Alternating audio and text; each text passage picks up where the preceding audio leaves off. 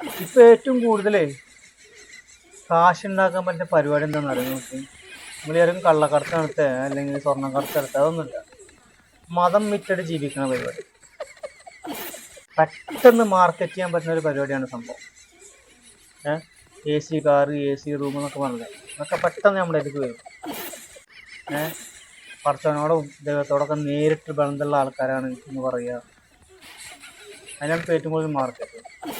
ഇതെല്ലാ മതത്തിലും ഉണ്ട് കേട്ടോ, അല്ലാതെ ഇന്ന മതത്തിലേ ഉള്ളൂ അല്ലെങ്കിൽ ഇന്ന മതത്തിലില്ല, എല്ലാ മതത്തിലുള്ള പരിപാടിയാണ്. അതിന് ഒന്ന് രണ്ട് ഉദാഹരണങ്ങൾ ഞാൻ ഇപ്പോൾ കാണിച്ചു തരാം, ചില കോപ്രായങ്ങളൊക്കെ. അത് കണ്ടാൽ നിങ്ങൾക്ക് മനസ്സിലാവും. പിന്നെ ഒരു കാര്യം ചോദിക്കണം, ഇത് കണ്ടു കഴിഞ്ഞതിന് ശേഷം ഒരു കാര്യം ചോദിക്കണം എന്നറിയാം. എന്ത് കണ്ടാലും വിശ്വസിക്കുന്നവരാണ്. ഇത് തരാനൊരു കാരണുണ്ട്.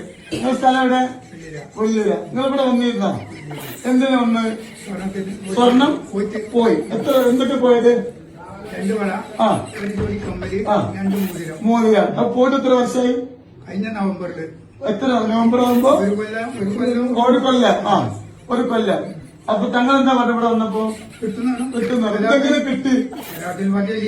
എങ്ങനെ? എവിടെ? ഇതൊരാൾ എടുത്തോണ്ട് എത്ര അറിയോ? 2-3 പവന്. ഒരു വർഷമായി പോയിട്ടില്ല. ഇത് പഴയ സ്വർണ്ണ പോയത്. കിട്ടിയതോ? കിട്ടിയത് എടുത്തുകൊണ്ട് ഒരാള് ഒരു വർഷത്തിന് ശേഷം വീട്ടിൽ കൊടുക്കാൻ കിട്ടും. സലാത്തുൽ ഫാത്തിഹ് ബറക്കത്ത്. ഇതാണ് സലാത്തുൽ ഫാത്തിഹ് ബറക്കത്ത്. ഇതൊക്കെയാണ് സംഭവം.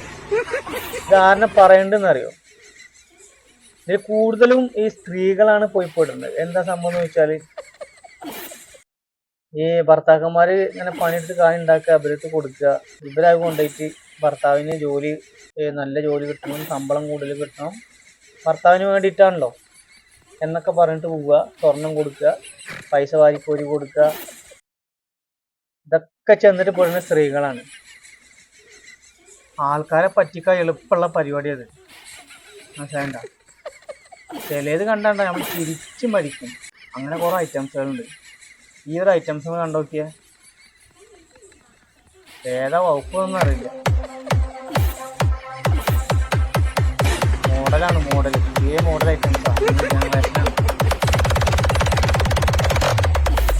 ഇതിൽ ഏറ്റവും രസം എന്താന്ന് വെച്ചാലേ, ആൾക്കാർ എന്തൊക്കെ എങ്ങനെയൊക്കെ പറഞ്ഞാലും ഇതിന്റെ പിന്നാലെ നടക്കാൻ ഒരുപാട് ആളുകളുണ്ട് എന്നതാണ്.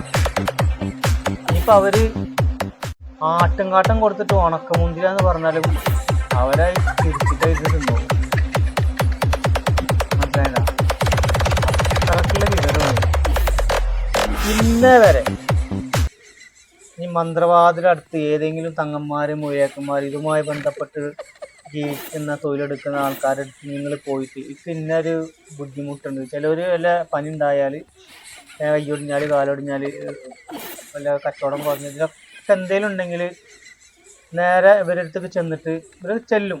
ഇവർ ചെന്നിട്ട് ഞാൻ എന്തോ ഒരു ബുദ്ധിമുട്ട് തോന്നുന്നുണ്ട് എന്ന് പറഞ്ഞു കഴിഞ്ഞാൽ ഏതെങ്കിലും ഒരാൾക്ക് ഇന്നേ വരെ ആരെങ്കിലും തിരിച്ചിട്ട് നിങ്ങൾക്കൊരു കുഴപ്പമില്ല, അത് കുറച്ച് ഞാൻ ശരിയായിക്കോളും എന്ന് പറഞ്ഞൊരു സംഭവമുണ്ട്.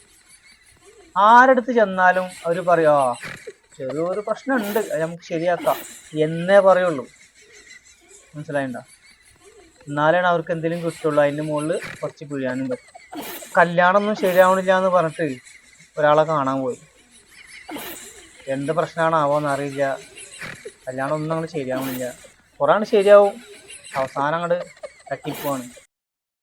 അപ്പൊ മൂപ്പര് എന്ത് ചെയ്ത്, കുഴപ്പമില്ല, ഒരു 5-6 മാസത്തിനുള്ളിൽ കല്യാണം നടക്കും എന്നാണ് ഇപ്പോൾ കാണാനുള്ളത് എന്നൊക്കെയാണ് പറഞ്ഞു.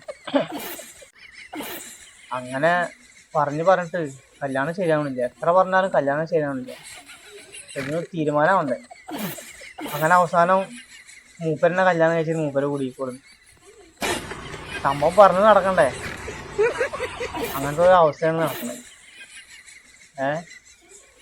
സംഭവം പറഞ്ഞൊക്കെ നടക്കുന്നുണ്ട്, അതൊക്കെ ശരിയാവുന്നുണ്ട്. എന്തായാലും ഓരോ ഉടായ്പ മാത്രം.